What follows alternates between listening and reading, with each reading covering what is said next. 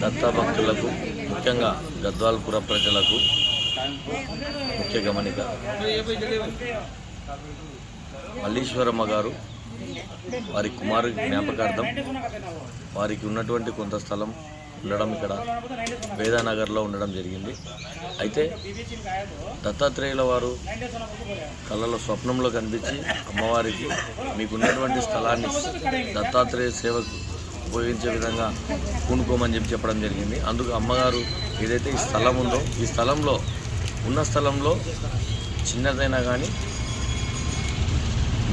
భానుప్రకాష్ గారి జ్ఞాపకార్థంగా దత్తాత్రేయుల వారి భానుప్రకాష్ గారి తండ్రి అయినటువంటి దేవోజీ మల్లారి గారి జ్ఞాపకార్థము మరియు భానుప్రకాష్ గారి జ్ఞాపకార్థంగా ఉన్నటువంటి ఈ స్థలంలో దత్తాత్రేయుల వారి మందిరాన్ని నిర్మించడానికి పూనుకోవడం జరిగింది.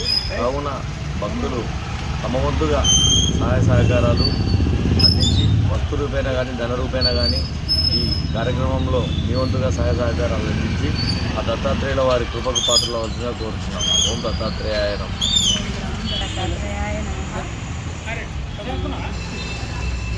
కొంతకాలం క్రితము ఒక స్వప్న దర్శనం జరిగిందండి.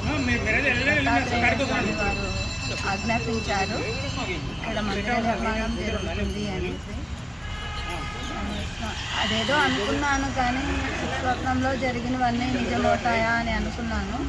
కానీ ఆ దేవుడు ముందుకు నడిపిస్తూ ఉన్నాడు. ఈరోజు మేము భూమి పూజ చేస్తున్నామన్నమాట. ఇంకా త్వరలోనే మేము మందిర నిర్మాణానికి కూడా పూనుకుంటాము. దానికి కావాల్సినటువంటి మీరు శ్రమదానం కూడా చేయవచ్చండి, లేదా వస్తు రూపేణ ధన రూపేణ సహాయం చేయగలరని కోరుకుంటున్నాము. ఓం రామ్ దత్తాత్రేయ.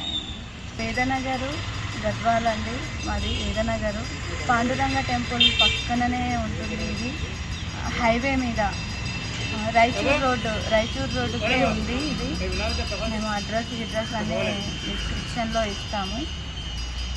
మా ఫోన్ నంబర్ కూడా ఇస్తామండి.